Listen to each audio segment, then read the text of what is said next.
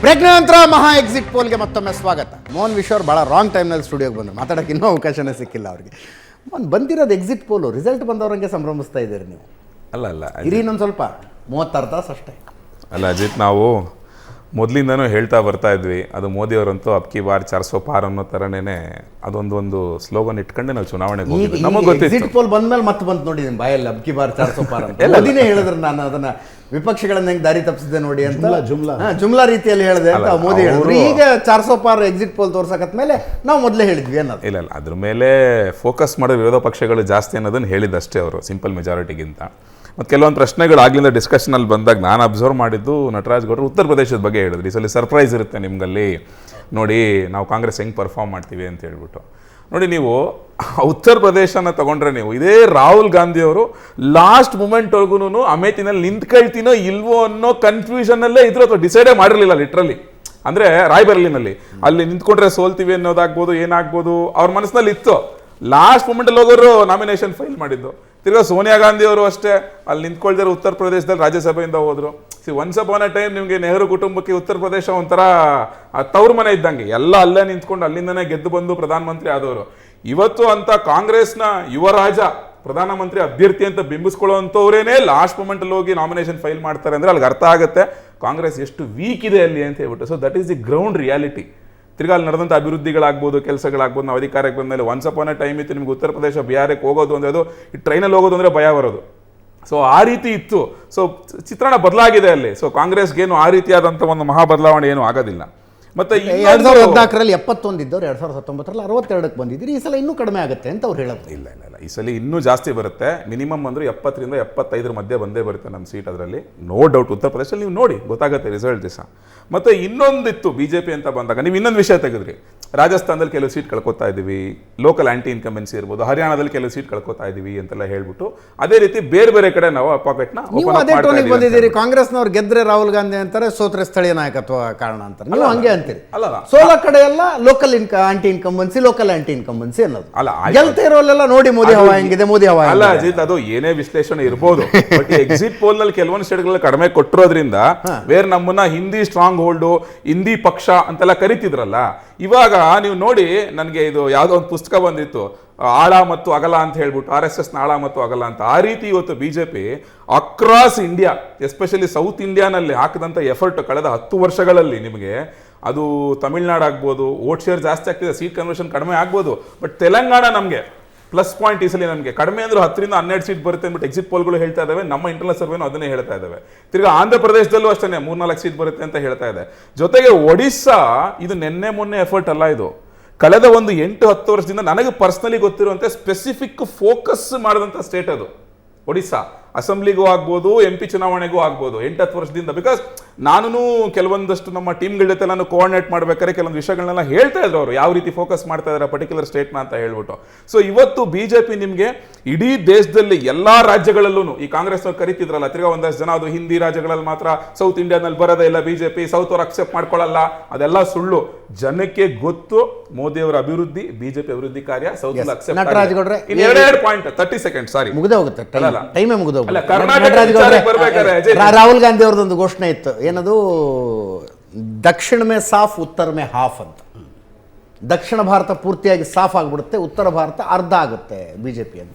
ಅದು ನಿಜ. ಇವಾಗಲೂ ನಮ್ಗೆ ಅದೇ ನಂಬಿಕೆ ಇರೋದು. ಇವಾಗಲೂ ಹರಿಯಾಣದಲ್ಲಿ ಬಿಜೆಪಿ ಕಮ್ಮಿ ಆಗುತ್ತೆ, ಉತ್ತರ ಪ್ರದೇಶದಲ್ಲಿ ಬಿಜೆಪಿ ಕಮ್ಮಿ ಆಗುತ್ತೆ. ಸ್ಥಳೀಯ ಆಂಟಿ ಇನ್ಕಂಬೆನ್ಸಿ ಅಲ್ಲ, ಪ್ರಧಾನಮಂತ್ರಿಗಳ ಸಂಪಾದನೆ ಅದು. ಯಾಕಂದರೆ ರೈತರನ್ನ ಯಾವಾಗ ನೀವು ದೆಹಲಿಗೆ ಬರೆದ ರೈತರನ್ನ ಶೂಟ್ ಮಾಡಿಸಿದ್ರು, ಅವ್ರಿಗೆ ಲಾಠಿ ಚಾರ್ಜ್ ಮಾಡಿಸಿದ್ರು, ಎಲ್ಲ ಸಂಪೂರ್ಣ ರೈತರು ಪಂಜಾಬ್, ಹರಿಯಾಣ, ಮಧ್ಯಪ್ರದೇಶ, ರಾಜಸ್ಥಾನ ಎಲ್ಲ ಕಡೆನೂ ಇಂಪ್ಯಾಕ್ಟ್ ಆಗೇ ಆಗ್ತದೆ. ಅದು ಒಂದು ಭಾಗ. ರಾಜಸ್ಥಾನದಲ್ಲೂ ಕೂಡ ರಾಜಸ್ಥಾನದ ಮಂತ್ರಿ ಏನು ಹೇಳಿದ್ರು, 400 ಬರಲಿ ಈ ಬಾರಿ, ಅಬ್ಕಿ ಬಾರ್ 400 ಪಾರ್, ಸಂವಿಧಾನ ಬದಲಾವಣೆ ಮಾಡ್ತೀವಿ ಅಂತ ರಾಜಸ್ಥಾನದ ಮಂತ್ರಿ ಹೇಳಿದ್ದು, ಬಿಜೆಪಿ ಮಂತ್ರಿ. ಸೊ ಅದು ಏನು ಎಂಥ ಇಂಪ್ಯಾಕ್ಟ್ ಆಗಿದೆ ಅಂದರೆ ಎಂಟೇರ್ ಉತ್ತರ ಭಾರತದಲ್ಲಿ ಅದ್ರ ಇಂಪ್ಯಾಕ್ಟ್ ಚೆನ್ನಾಗಾಗಿದೆ. ಅದು ರಿಸಲ್ಟು ಎಲೆಕ್ಷನಲ್ಲಿ ಗೊತ್ತಾಗ್ತದೆ. ಯಾಕಂದರೆ ಇವ್ರು ಏನು ತಿಳ್ಕೊಂಡಿದ್ದಾರೆ, ನಾವು ಮಾಧ್ಯಮದಲ್ಲಿ ಚೆನ್ನಾಗಿ ಬರ್ತಾ ಇದೆ, ನಮ್ಮ ಪರವಾಗಿ ಮಾಧ್ಯಮ ಇದೆ, ನಮ್ಮ ಪರವಾಗಿ ಏಜೆನ್ಸಿಗಳಿದ್ದಾವೆ, ನಮ್ಮ ಪರವಾಗಿ ಮಾಹಿತಿ ಹೇಳ್ತಾರೆ ಅಂತಲ್ಲ. ಸ್ಥಳೀಯ ಹಳ್ಳಿನಲ್ಲಿ ಹೋಗಿ ಕೇಳಬೇಕು, ಮಹಿಳೆಯರು ಬೆಲೆ ಏರಿಕೆ ತತ್ತರಿಸಿದ್ದಾರೆ, ಈ ಬಾರಿ ಬಿಜೆಪಿಗೆ ಹಾಕಲ್ಲ ಅಂತ. ರೈತರು ಬಿಜೆಪಿಗೆ ಹಾಕಲ್ಲ ಈ ಬಾರಿ, ಯಾಕಂದ್ರೆ ನಮಗೆ ಬೆಲೆ ಕೊಟ್ಟಿಲ್ಲ, ನಮ್ಮ ಮೇಲೆ ದಬ್ಬಾಳಿಕೆ ಮಾಡ್ತಾ ಇದ್ದಾರೆ ಅಂತ. ಯುವಕರು ನಮಗೆ ಉದ್ಯೋಗ ಕೊಟ್ಟಿಲ್ಲ, ಇವ್ರು ನಾವು ಈ ಸಲ ಓಟ್ ಹಾಕಲ್ಲ ಅಂತ. ನೀವು ಯಾವುದೇ ವಿಧದಲ್ಲಿ ನೋಡಿದ್ರು ಕೂಡ ಬಿಜೆಪಿ ಈ ಬಾರಿ 35% ಮತ ದಾಟಲ್ಲ. ನಾನು 250 ಲೆವೆಲ್ ನಲ್ಲಿ ಅಸಮಾಧಾನವೇ ಇಲ್ಲ ಅಂತ ಯಾರು ವಾದ ಮಾಡಲ್ಲ, ಓಟೆ ಹಾಕಿಲ್ಲ ಅವ್ರಿಗೆ ಅಂತ. ಅಸಮಾಧಾನ ಇಲ್ಲ ಅಂತ ಯಾರು ಹೇಳ್ತಿಲ್ಲ, ಬಟ್ ಕ್ರೆಡಿಬಲ್ ಆಲ್ಟರ್ನೇಟಿವ್ ಒಂದು ಕೊಡೋದಕ್ಕೆ ನಿಮಗೆ ಕ್ರೆಡಿಬಲ್ ಆಲ್ಟರ್ನೇಟಿವ್ ಚುನಾವಣೆ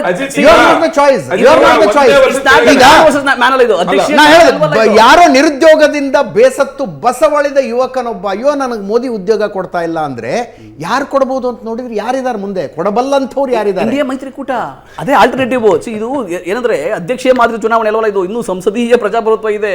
ಸಂಸದರ ಆಯ್ಕೆ ಮಾಡ್ಕೋತಾರೆ ಪ್ರಧಾನಮಂತ್ರಿನ. ನಾಗಪುರದ ಕಚೇರಿಗಳಾಗಲಿ ಅದರ ನಿರ್ಧಾರ ನಿಮ್ ಕೈ ಮೀರಿ ಹೋಗಿದೆ.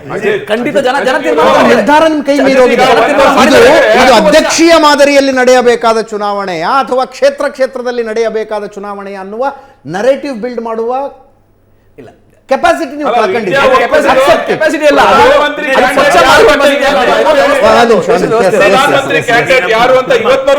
ನನಗೆ ಗೊತ್ತಿಲ್ಲ, ಇಂದಿರಾ ಗಾಂಧಿ ಕಾಲದಲ್ಲಿ ಅಂದ್ರೆ ನಮ್ಗೆ ತಿಳುವಳಿಕೆ ಇರ್ಲಿಲ್ಲ, ಅವಾಗ್ಲೂ ಬಹುಶಃ ಬಿಜೆಪಿ ಅವ್ರು ಹಿಂಗೆ ವಾದ ಮಾಡ್ತಿದ್ರು, ಅಧ್ಯಕ್ಷೀಯ ಮಾದರಿ ಅವಾಗ ನೀವು ಹೇಳ್ತಿದ್ರಿ Indira is India, India is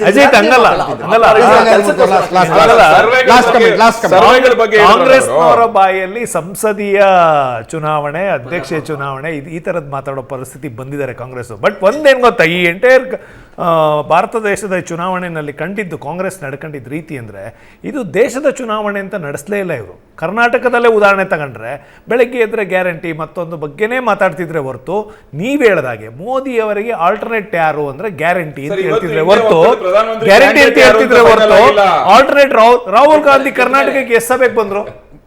ಸುಮ್ಮನೆ ನಾನು ಕೇಳೋದು, ರಾಹುಲ್ ಗಾಂಧಿ ಇವ್ರು ಪ್ರೈಮ್ ಮಿನಿಸ್ಟರ್ ಕ್ಯಾಂಡಿಡೇಟ್ ಆಗೋದೇ ಆಗಿದ್ರೆ ಕರ್ನಾಟಕಕ್ಕೆ ಬಂದಿದ್ದು ಎಷ್ಟು ಸಭೆಗೆ? ಸಿದ್ದರಾಮಯ್ಯ ಶಿವಕುಮಾರ್ ಇದ್ರಲ್ಲ, ಅದನ್ನೇ ಹೇಳಿದ್ದು, ದೇಶದ ಚುನಾವಣೆಯಾಗಿ ನಡೆಸಲಿಲ್ಲ ಇವರು, ರಾಜ್ಯದ ಚುನಾವಣೆಯಾಗಿ ನಡೆಸಿದ್ರು.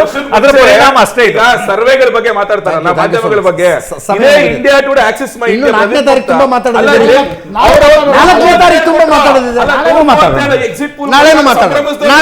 ಇವತ್ತು ಅವರೇ ಕೊಡ್ತಾ ಇರೋದು ನಮ್ಗೂ ನಾನೂರು. ಇನ್ನು ಮಾತಾಡಕ್ಕಿನ್ನ ತುಂಬಾ ಇದೆ. ಆಮೇಲೆ ನೀವು ಏನೇನ್ ಮಾತಾಡಿದ್ರೆ ಎಲ್ಲ ಇಟ್ಕೊಳ್ತೀನಿ. 4ನೇ ತಾರೀಕು ನೀವೆಲ್ಲರೂ ಬರಲೇಬೇಕು. ನನ್ನ ಕಾಂಗ್ರೆಸ್ ಬಗ್ಗೆ ಒಂದು ಸಣ್ಣ ಬೇಸರ ಇದೆ. ಎಸ್, ಈ ಪರಿ ಆಪ್ಟಿಮಿಸ್ಟಿಕ್ ಆಗಿ ಕಾಂಗ್ರೆಸ್ ಅನ್ನ ಇಂಡಿಯಾ ಒಕ್ಕೂಟವನ್ನು ಸಮರ್ಥಿಸಿಕೊಳ್ತಕ್ಕಂಥ ನಟರಾಜ್ ಗೌಡ್ರು ಈ ಸಲ ವಿಧಾನ ಪರಿಷತ್ಗೆ ಹೋಗಬೇಕಾಗಿತ್ತು. ನಟರಾಜ್ ಗೌಡ್ರು ಬರುತ್ತೆ, ಒಂದು ಒಳ್ಳೆ ಟೈಮ್ ಬರುತ್ತೆ. ನಾವು ಆನೆಸ್ಟ್ಲಿ ವಿಶ್ ಮಾಡೋದು. ಥ್ಯಾಂಕ್ ಯು ಸೋ ಮಚ್ ನಿಮ್ಮೆಲ್ಲರಿಗೂ ಈ ಚರ್ಚೆಯಲ್ಲಿ ಭಾಗಿಯಾಗಿದ್ದಕ್ಕೆ. ಇದರೊಂದಿಗೆ ಇವತ್ತಿನ ಲೆಫ್ಟ್ ರೈಟ್ ಆ್ಯಂಡ್ ಸೆಂಟರ್ ಮುಗಿಸ್ತಾ ಇದ್ದೀನಿ. ನೇರ ದಿಟ್ಟ ನಿರಂತರ ಸುದ್ದಿಗಾಗಿ ನೋಡ್ತಾ ಇರಿ ಏಷ್ಯಾನೆಟ್ ಸುವರ್ಣ ನ್ಯೂಸ್.